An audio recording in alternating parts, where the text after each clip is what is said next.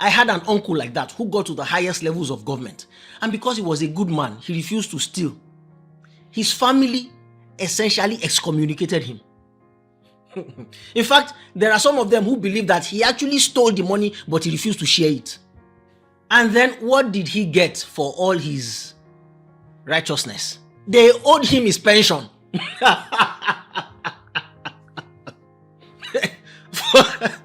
For all his righteousness, for not looting the public funds, they owed him pension at the end of the day. He almost didn't collect. In fact, he left pension and died. His family was still trying to collect his pension after he died. So we all want to get into public office so that we can loot the treasury and steal money, so that we can insulate ourselves and our families from the harsh realities of living in the country. That's our mindset. Nigeria is sweet if you have money. So let me gather money any which way I can, so that I can insulate myself and my own family members from the harsh realities of living in Nigeria. That's why we quote the Bible selfishly and pray prayers like 1,000 will fall by my side and 10,000 by my right hand, but nothing shall come near me. You are deceiving yourself. If 1,000 fall by your side and 10,000 fall at your left hand, you are gone. If 11,000 people fall all around you, you are in reality going to be number 11,001.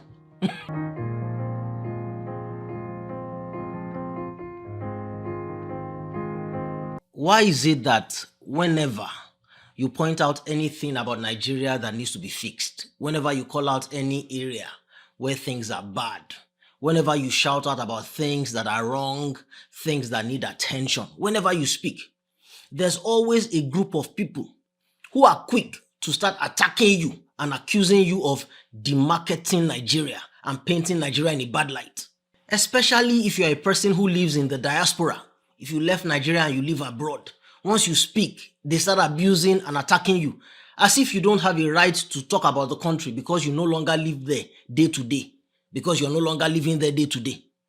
And I'm not talking only about people in the government and their sympathizers. I'm talking of ordinary citizens. Ordinary people who have what I can only assume is a misplaced sense of national pride, patriotism, propriety, territorial image, and national identity. Just a misplaced sense of propriety, of what is right. And one of the first things that they talk about is how people in other countries, how people in the first world countries, how those people don't demarket their own countries, and how those people show only the good side of their countries. The Americans always celebrate their own country. The British always celebrate their own country. The French people always celebrate their own country, and so on and so forth. First of all, that is not true. Those people, they also demarket their countries all the time. I don't even know what that means, demarket. Americans talk about things that are not working in America all the time. Put on your TV and watch the news. There are countless numbers of people who are very loud and vocal in the media, social and otherwise, talking about how America has lost its way every day. In fact, it's one of the principal ways that the current president of America, Donald Trump, it's the principal way that he came into power, by saying that America is lost and that America needs to be great again. In fact, that is practically his slogan: "Make America great again, MAGA." Furthermore, that is the modus operandi of politicians, to demarket the country and then present themselves as the only ones who can fix it. The current president of Nigeria too did that. The current president, he did that. In fact, he did that for years. Of course, it is wisdom that you should always portray your country and present your country in positive light. As much as you can, as much as you can manage, show your country in positive light and do the things that celebrate it. In Najawa, they say, "Omo ale ni fowo si juwe ile baba re." It's a bastard who speaks ill to strangers about his father's house. And while it is true in a sense, the deeper wisdom of that aphorism is that it is your behavior outside that tells people all they need to know about your father's house. You don't actually need to tell them anything. When they see how you behave, they will see what type of home from which you come. And that's why they also say, "Rántí ọmọ ẹni tí ìwọ ṣe, rántí ilé tí o ti wá." Remember the son of whom you are and the kind of family from which you come when you are outside. However, even if we accept that proverb at face value and say it comes down to just what you say about your father's house, and that it behooves you to speak well about your father's house to strangers, when you are inside the house, must you not be able to speak the truth to yourselves? Must you not be able to speak the truth to one another? Will you be lying to outsiders and lying to yourselves inside the house as well? Ẹgbẹ́ iná sórí òrùlé, ẹ̀ ń sùn nínú ilé. There's fire on the rooftop. Meanwhile, you're sleeping and snoring soundly inside the house. And then, whenever any member of the family says, hey, we're smelling smoke, and we're seeing smoke from the roof. The roof must be on fire. We can see the flames. Other members of the family will be saying that, no, you are exaggerating, Jare. You are demarketing our house from the potential tenants. You are demarketing our house. The smoke and the smell that you are smelling is coming from the yam that we are roasting in the kitchen. Which kind of self-perpetuated delusion is that one? And the most pernicious thing, the most dangerous thing about this denial is that if you refuse to acknowledge that your roof is on fire, sooner or later, it is outsiders who will start knocking on the door of your house and screaming, your roof is on fire, your house is on fire. And that is exactly what we have now. I mean, to whom is it now news that the president of America, Donald Trump, is now threatening to make military incursions into Nigeria, to invade, so to speak? And whatever the reason or purpose or intention or motivation you give for his saying that, for his position, because I have heard people say that it is not for altruistic reasons and that he's just after the resources of Nigeria. He's trying to checkmate Nigeria. He's trying to get to the goodies in Nigeria and all of that. Whatever motive you give for his stance and his position, it does not matter, because the reality is that you have now given a powerful outsider, you have given a powerful neighbor a real reason to knock on your door, or a contrived reason. It doesn't matter. You have given him enough of a cogent reason. Because you have refused to acknowledge that your roof is on fire, and therefore you have refused to fix it, a powerful outsider can now come into your house forcefully and help you put out the fire, claiming that the fire is a hazard to the rest of the community, whether or not it is true. Let's go further into the wisdom of the people of Ajawa. They say, Ọlọ́gbọ́n ọmọ ní tún lé baba ṣe, aṣiwèrè ọmọ ní bàjẹ́, which means that a wise son repairs his father's house, pays attention to his father's house, while a fool tears it down and destroys it. But that aphorism, that proverb, that wisdom suggests that for you to repair anything requires an acknowledgement and an admittance that the thing needs repairing in the first place. I mean, you cannot repair anything if you keep pretending that things do not need to be repaired. One person for whom I used to have a modicum of respect, he called me just a few days ago after reading the blog post where the blog said that I said I regret moving to America and that my advice to Nigerians was that they should stay at home and that the grass was not greener on the other side. Me. Anyway, let's leave that one. So he called and then he asked, so when are you coming back to help us repair the country?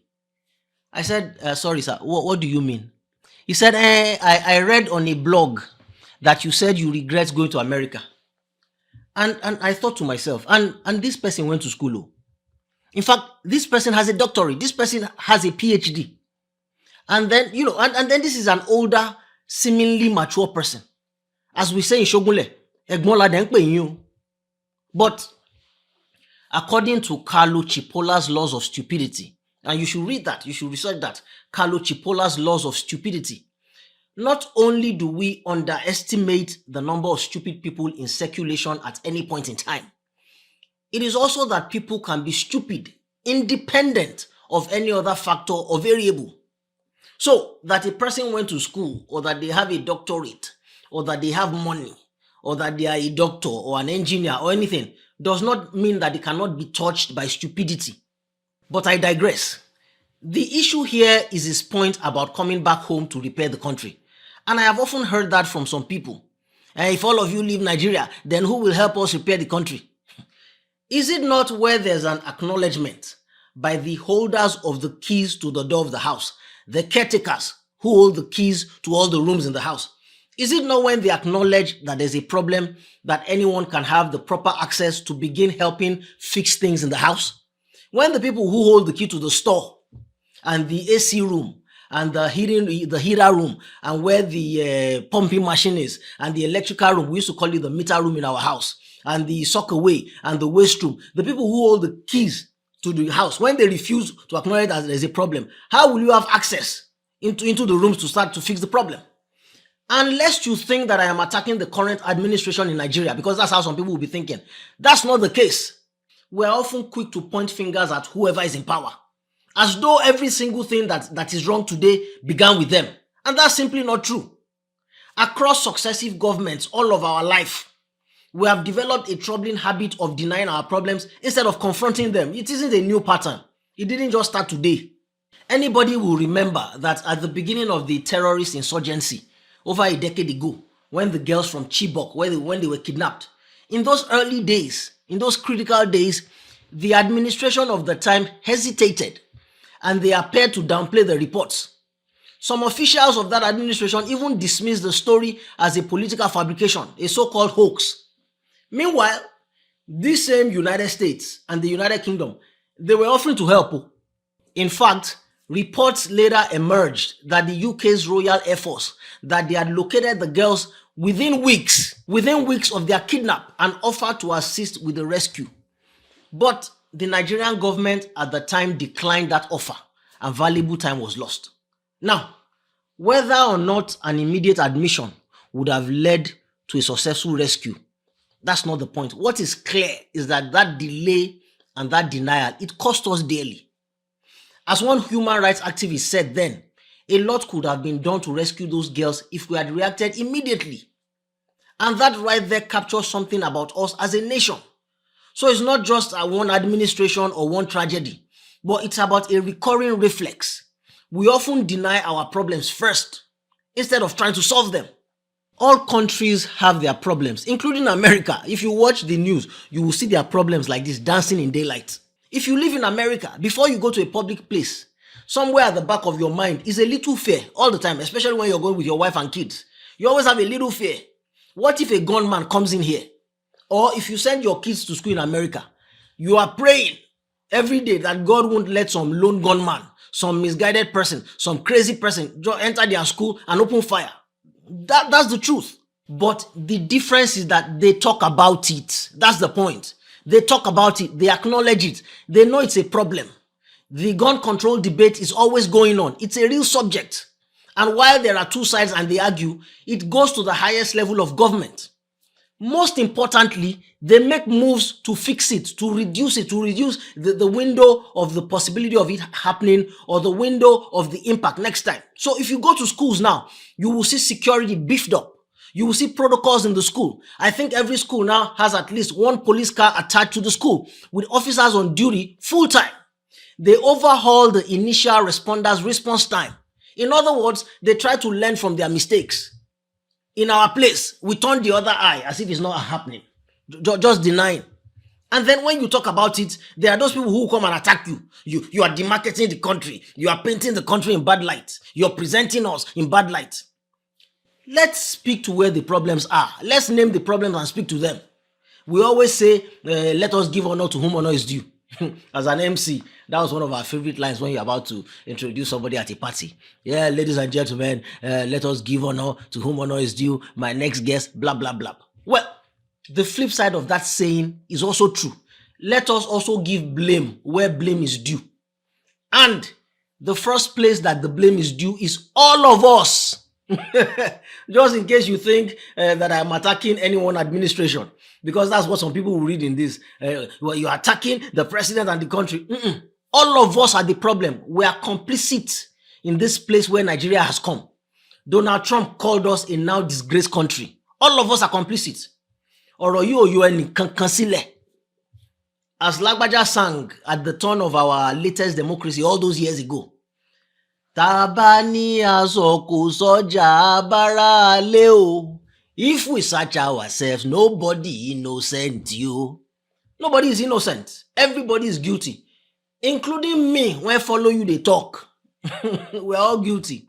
We have all brought Nigeria to where Nigeria is. If we are not guilty by commission, we are guilty by omission. If you're not guilty by what you did, you are guilty by what you did not do. And what most of us have not done is shout enough. In the words of Fela, we are too afraid. My people said they fear too much. We fear for the things we not see. We fear to fight for freedom. We fear to fight for liberty. We fear to fight for justice. We fear to fight for happiness. We always get reason to fear. I no one go. I no one die. Papa dey for house. Mama dey for house. I get one child. I get two house. We have just accepted the madness as normal. On a deeper level, we're all complicit because the people who are our leaders today, the people who are in government whom we are blaming, they came from inside us, from amongst us. They are our brothers, they are our sisters, our sons, our daughters, our fathers, our mothers. They are your nephews and nieces, your cousins, your aunties, your uncles. They are us. We are the ones who are doing this to ourselves. If you get into government today, if they appoint you today, everybody will call you and congratulate you. Congratulations. They will even call the people to whom you owe money and congratulate them too. Why do we do that? Because our national industry in Nigeria is politics and leadership. It's not oil. Oil is what we do to get the money. But where we make the money is in politics. That's not where we serve. Our number one industry for making money in Nigeria is politics and leadership. Haven't you ever thought about the fact that almost everybody who is in government today, 99% of them, they were not in government at the turn of our democracy in 1999. Yet, the results today that we have are worse than the results we had then. Nigeria today is worse than Nigeria in 1999. And yet, these people who are in government, they were the agitators then and the castigators of the government then. And now that we have a full democratic republic, peopled entirely by new people, our results are worse. Of course, that's what you will get because we're choosing the people from amongst ourselves. We ourselves are the ones who have the problem. So let's be clear about that one first. This is not about pointing fingers to anybody.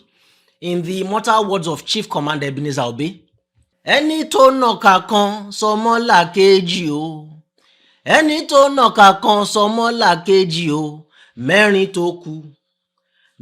tó kù kó máa jẹ tiwọn o, wọ́n yí dó borí wọn tá fà sókè àmọ́ mẹ́rin tó kù kó máa jẹ tiwọn o. You know, I was on the phone with somebody in a discussion that was a waste of several minutes of my life, minutes I will never get back. I was on the phone with somebody like that last week. And he said to me, but Nigeria is getting better. Nigeria is good.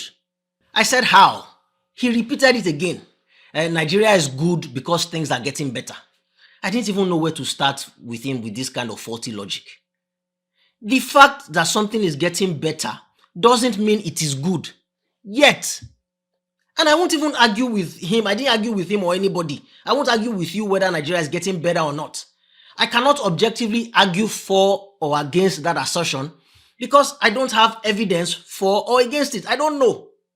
For example, I haven't lived there in a couple of years, so I objectively cannot argue that. So you might indeed be right that Nigeria is getting better, or you might be wrong. I don't know, and that's not the point. Let's assume that you are right.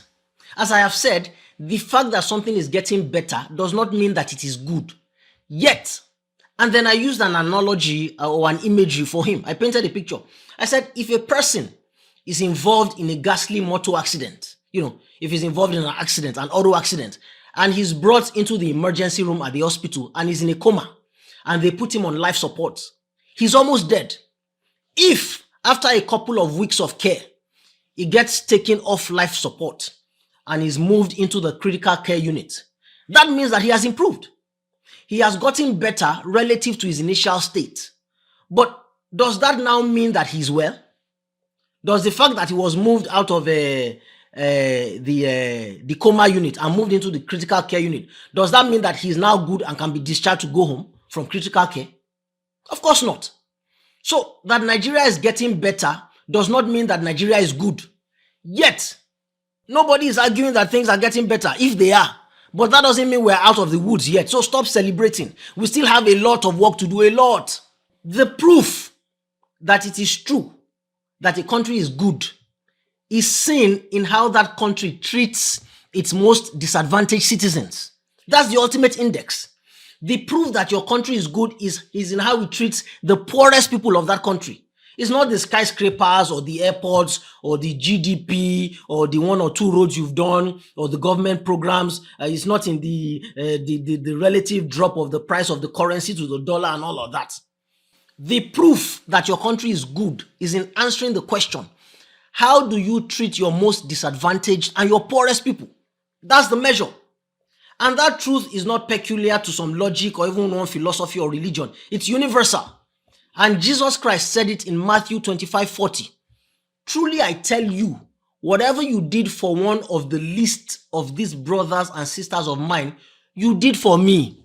That is the basis of entrance into the presence of God. And it is important to point this out at this point, to call this out, because there are people who are always quick to tell you, if Nigeria is so bad, how come there are people making money in Nigeria? People are making billions. The amount of money you can make in Nigeria, you can't make anywhere else in the world. There are opportunities here if you just open your eyes. Anybody who lives in Nigeria is looking for a middle class lifestyle, because if you really want to make it, then you stay in Nigeria. Nigeria is where you can make it. If you go abroad, you just have a low middle income lifestyle. You can't really make it big. But if you want to make it big, you stay in Nigeria. And in line with that type of thinking, I saw one of the most illogical and nonsensical and preposterous pieces of argument about it in a comment that somebody made on Facebook not too long ago. His intention was to mock an actress who left Nigeria for the US because she said things were not working out for her. In his words, this was what he commented. Is it not in this same country that Funke Akindele is making money? Again, this is where lack of critical thinking capacity becomes obvious. This is where it becomes a handicap. People who cannot really think, but think they have the capacity for deep cogitation. This is ignorance dancing in its usual arrogance. So, your point is that because somebody did the improbable, or because there are a few statistical examples, then those conditions are normal and can be applied to everybody's situation broadly across the spectrum.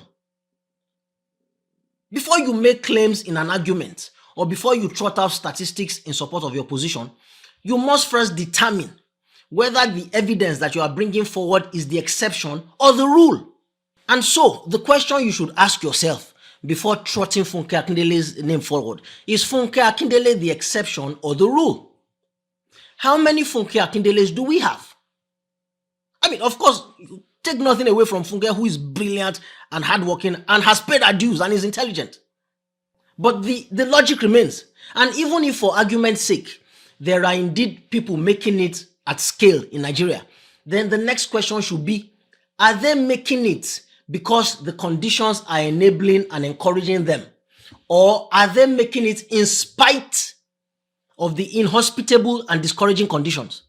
Because if it is the latter, if it is that people are making it in spite of the difficult conditions, then you cannot point to that as proof that things are fine.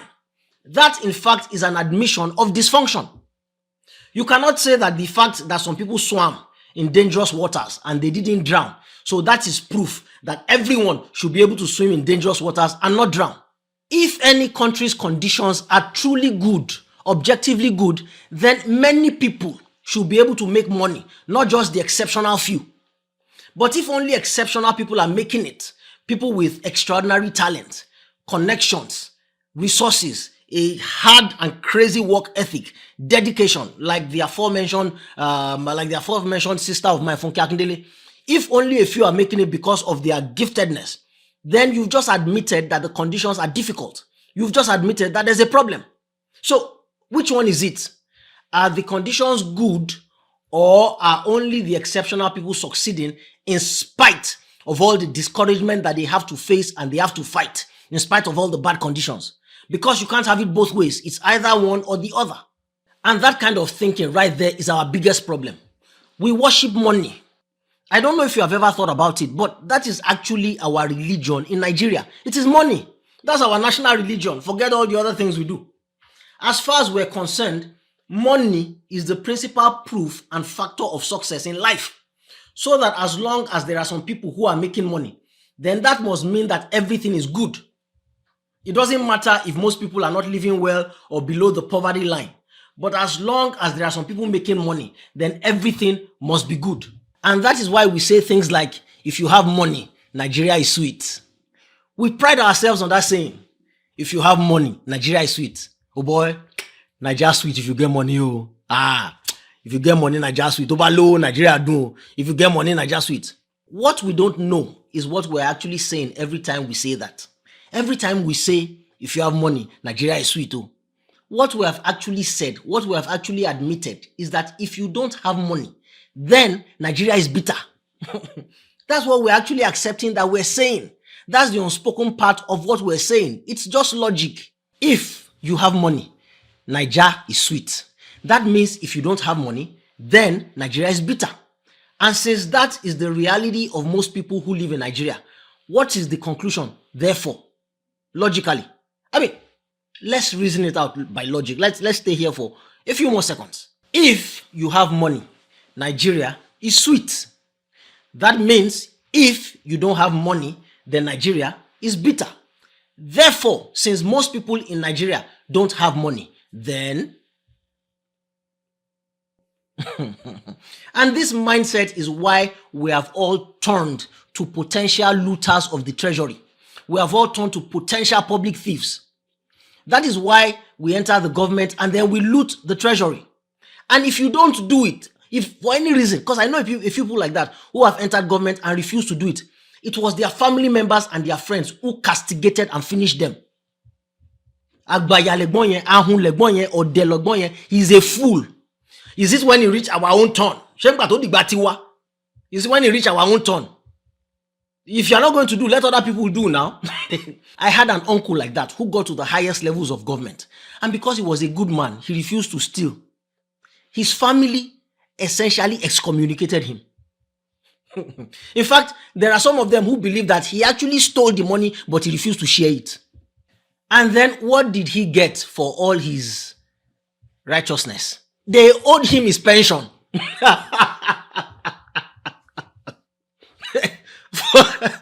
For all his righteousness, for not looting the public funds, they owed him pension at the end of the day. He almost didn't collect. In fact, he left pension and died. His family was still trying to collect his pension after he died. So we all want to get into public office so that we can loot the treasury and steal money so that we can insulate ourselves and our families from the harsh realities of living in the country. That's our mindset. Nigeria is sweet if you have money. So let me gather money any which way I can so that I can insulate myself and my own family members from the harsh realities of living in Nigeria.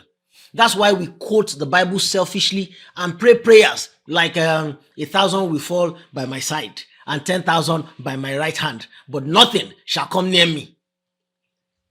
You are deceiving yourself. If 1,000 fall by your side and 10,000 fall at your left hand, you are gone. If you like, pray from now till next year. If 11,000 people fall all around you, you are in reality going to be number 11,001. You be praying 1,000 will fall by my side, 10,000 will fall by my right hand. If that happens in reality, you won't be spared. If it happens near me, 10,000, me that I'm speaking, 10,000 by my side, 10,000 by my right hand, I am gone. Since we have been praying that prayer for years now, have we somehow been insulated from the things that are happening in Nigeria? Have those things not been happening to us too? Are we not stuck in the same traffic? Do we not have to deal with the same security concerns? Are we not driving the same roads? If you are AA genotype like me, are you not suffering from and treating malaria every year from the invasion of mosquitoes that we have accepted as a fact of life? Do you know that many of us don't even know that we can actually get rid of the mosquitoes or we can greatly reduce the number? We have accepted it as a fact of life. Every time that I'm going to Nigeria now, I have to deliberately make myself sick by taking anti-malaria prophylactically. When you take anti-malaria, it mimics the symptoms of malaria and knocks you out. So the first couple of days that I'm in Nigeria, I'm always ill. Headache, loss of appetite, bitter mouth, those reduced effects of malaria because I have to take anti-malaria. Every year I was in the country, I treated malaria at least twice. I would do it in the beginning of the year and then I'll catch malaria again sometime later in the year. But that is our life. It is normal. And then when you want to go and buy the drugs for the malaria, you have to be careful. Otherwise, you could buy fake drugs. We pray these prayers as if we can escape our reality as a nation, as if we can escape the realities of our nation. But here's the truth that no one tells you. As your nation goes, so you will go. You cannot insulate yourself. Nobody can insulate themselves from the collective condition of their country, no matter how many prayers we pray for our personal protection. Because in case you don't know, God is very concerned about nations, not just individuals. God is deeply concerned about groups of people, nations of people, and how they treat each other, which is why he said, Israel is my firstborn. God didn't just deal with Jacob individually or Joseph individually or Moses individually. Even Abraham that you saw him seemingly deal with individually. It was to the end of building him into a nation. So he called an entire nation, Israel, into a covenant relationship with him. God is concerned about people groups. Proverbs chapter 14 verse 34 says it clearly. Righteousness exalts a nation, but sin condemns any people, not just individuals, nations. That is why when you read the Old Testament, God judges entire nations, Babylon, Assyria, even Israel itself, based on how they treated the vulnerable, whether they pursued justice, whether there was love and equity in the land. And when he was punishing those lands, the righteous people suffered. If you have ever read the story of Shadrach, Meshach, and Abednego, who were taken to Babylon, you do realize that those were men of God, and yet God did not spare them from being carried away into captivity when the king of Babylon came to sack and to invade and destroy their country. In Ajawa, we say, Olówó kan láàrin òtòṣì mẹ́wàá, òtòṣì di mọ́kànlá. One rich man surrounded by 10 poor people is a poor man too. In effect, there are 11 poor people. It is not 10 poor people and one rich man. Now, there are two major ways to interpret that proverb. One is that the collective effect of the poor people around you will pull you down and eventually turn you into a poor person. When 10 poor people keep taking from one rich person, eventually they're going to take so much and bring him down to their level. That is one interpretation. But the higher interpretation of that proverb is that a rich person who is surrounded by many poor people is also morally and intellectually bankrupt. Why? Because while it might be normal that one or two people might reject your help or sabotage themselves, because Jesus himself said, the poor you will always have with you. Because some people will just always self-sabotage. They will refuse to do what they need to do to get themselves out of poverty. But while that may happen in one or two places, it is highly improbable that you try to help enough people and not a single one took your help or rose from their poverty due to your assistance. That is why the elders chose the number 10. Number 10 is not a literal figure, but they chose it to emphasize that if you've truly used your wealth, if you've truly tried to use your wealth to uplift those around you, it is unlikely that you will still be surrounded by poverty. So, if you are one rich person in the midst of a lot of poor people, it is more likely that you simply haven't tried, that you prefer to enjoy your riches and your wealth amid want and poverty, so that you can feel like a god, like an important person. You can feel like a teen god. And that in itself is proof of your moral and intellectual poverty. For those of us who think that our personal salvation and our personal riches is what is going to make us right with God, listen to what Jesus says. He said, when the Son of Man comes in his glory, all the nations will be gathered before him, people from every nation, and they will be separated like sheep and goats. And what is the basis for the separation? When I was hungry, did you feed me? When I was thirsty, did you give me something to drink? When I was a stranger, did you invite me in? When I needed clothes, did you clothe me? When I was sick, did you look after me? When I was in prison, did you visit me? And then the people who are considered righteous will say, Lord, when did we do these things? And then he will say, whatever you did for the least, whatever you did for one of the least of these brothers and sisters of mine, you did for me. And then he will turn to others and say the same thing. I was hungry, you didn't feed me. I was thirsty, nothing to drink. I was a stranger, you didn't invite me in. I was naked, you didn't give me clothes. I was sick, you didn't visit me, and all of that. And then they too will say, Lord, when did we see you in that position or in those positions, and then we didn't do all those for you? And then, of course, he will say, whatever you did not do for the least of one of this, you did not do for me. And then he says, depart from me. And this is consistent throughout scripture. In Matthew chapter 7, verses 21 to 23, Jesus himself says, not everyone who says to me, Lord, Lord, will enter the kingdom of heaven, but only the one who does the will of my Father who is in heaven. Many will say to me on that day, Lord, Lord, did we not prophesy in your name and in your name drive out demons and in your name perform many miracles? Then I will tell them plainly, I never knew you. Away from me, you evildoers. Did you hear that? Many will say, not a few, many. What that actually means, because I don't think we stop to think about it.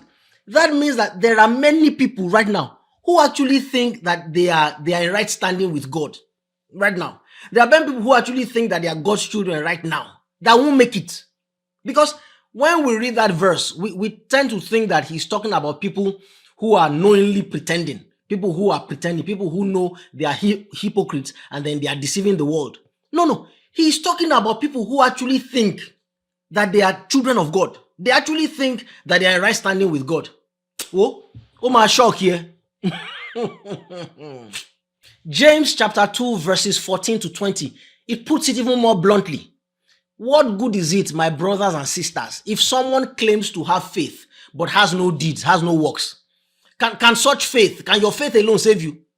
Suppose a brother or sister is without clothes and they are hungry. If you say to them, go in peace, God will do it. Just be warm and well fed. Let's pray for the nation. So let's just pray. Let's pray for Nigeria. If that's what you say to them, but you do nothing about their physical needs, what good is that? In the same way, faith by itself, all these prayers and all this fasting and all that by itself, not accompanied by action, real practical action, is dead.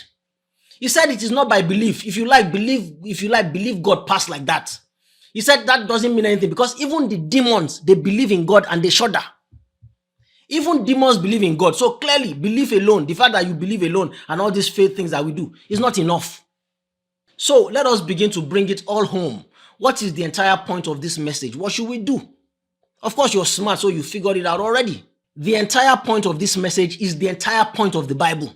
I don't know if anybody ever told you that. I don't know if you know that. The entire point of the Bible, and indeed any religion that is worth its salt, is love. Love. Contrary to what you've been told, the entire point of Christianity is not so you will get into heaven. No. The reason you became a Christian is so that you can fulfill the mandate of God, which is love. All this one that they are scaring you with, if you suddenly die, if the Lord suddenly returns, you will not go. That by itself is not why you got into a relationship with God. That by itself, that kind of thinking by itself, oh, let me get right with God so I can go. That by itself is selfish. The reason that you became a child of God is so that you will understand the nature of God and show other people love. That's the reason you became a child of God.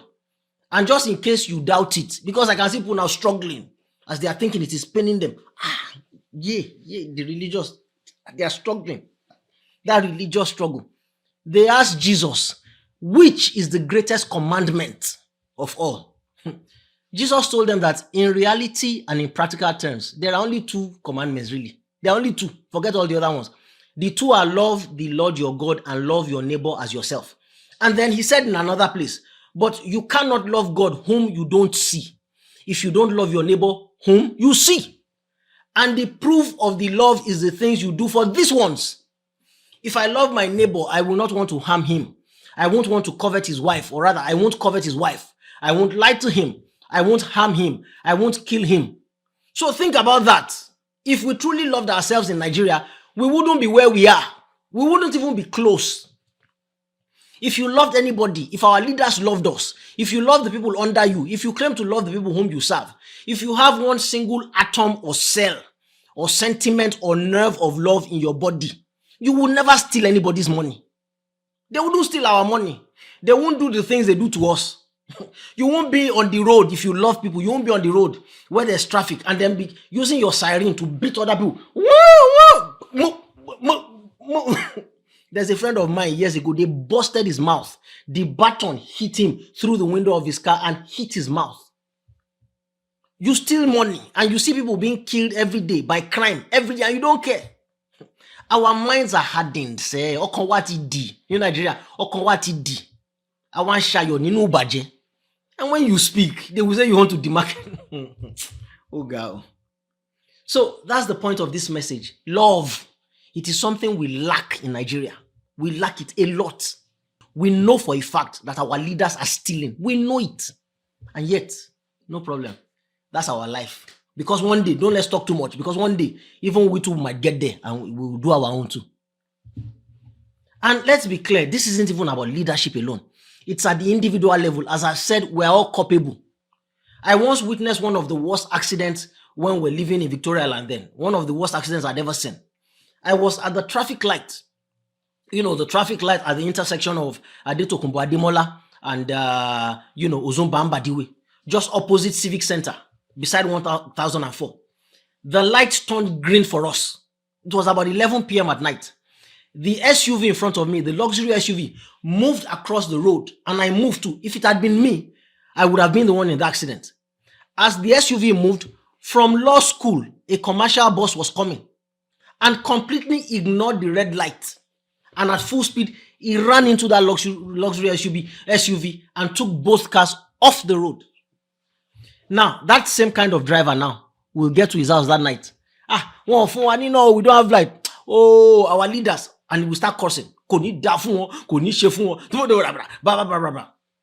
just almost killed somebody. And that was not the first time he had been doing it. He had been getting away with running lights. That was just the day that the thing turned. He probably wanted to go and quickly drop that load and then carry another one to Ajah, or he wanted to rush home to go and watch Champions League because that night was the night of Champions League. It's all of us. The next time you take one way, do you love your neighbor? The next time when you're on that road and this is go and this is come, and because you're in traffic, you leave the go and you go and face the come. Is that love? You, who will see something that a blog reported online, the blog said, somebody said something, or they said somebody did something, and without doing any sort of investigation, without even asking yourself whether or not it is true, or best case scenario, mind your business. You won't do that. You will jump into the comment section and start abusing the person. I knew it. I knew it. All these celebrities, and shame on them. God don't catch them. I knew it. Or you read that girl's marriage to that politician who has many wives, the marriage broke up. And immediately you jump in. I knew the marriage was going to fail. All these thieves, all these politicians and thieves. And that girl was greedy. She was a gold digger, only, and so on. And then you use that same mouth. You open it and you say, our leaders are the problem. Our leaders, they are the problems. All our leaders are thieves. You lie. You lie. If you get there, you will do the same. In fact, you will do worse. In the immortal words of Sashino Peters, Toju ba pofiri iwo na fe se nbe o. It's the fruit of a poisonous tree. We are all complicit. All of us need to change. Now, all of this, of course, does not absolve our leaders. Let me be clear. While we are all complicit, our leaders bear a greater weight of responsibility. Why? Because they asked for the job. You asked for the job. In some cases, you stole the job. You stole it. You made us promises. You took oaths. And you were given the power and the resources that the rest of us do not have. You were the one who told us you were going to go there and fix it. If you know that you cannot fix it, either because you have tried and you cannot, or maybe you even denied that there was a problem in the first place, then let somebody else go there and try to do it. But if you took the oath and you promised us you were going to fix it, at least you should be seen to be trying. So there's a difference between a commercial bus driver who runs a red light in Lagos and a governor who steals billions meant for hospitals and schools. Both of them are wrong. Both are failures of love for neighbor, but they are not equally wrong. One person endangered a few lives in a moment of selfishness. The other person condemned thousands, if not millions, to suffering, disease, and death through systemic theft. As Fela called it, authority stealing, pam pam pam, authority stealing, authority stealing. So yes, we all need to change. But those in power, those who control budgets, who make policies, who took sacred oaths to serve, they bear a heavy burden of accountability. Because to whom much is given, much is required. Tabani asoko soja abara le o. If we search ourselves, nobody innocent you. Tabani asoko soja se abara le lori o. Everybody guilty patapata, nobody innocent you. So make we stop all this hypocrisy, make we get patience small, build better democracy. Orin kí la wá ṣe gbàgàn, ṣẹjọ́ la wá fàyè gbọ́.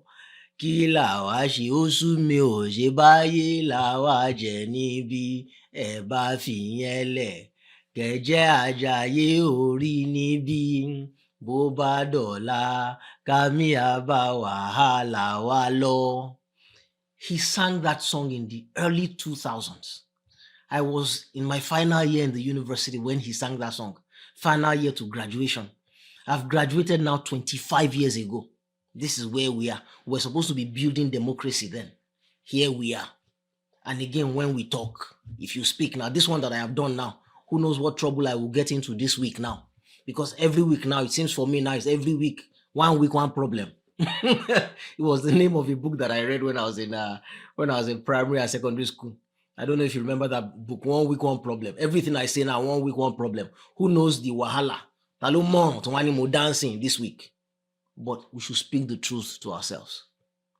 I wish you the best. I'll see you on the next one.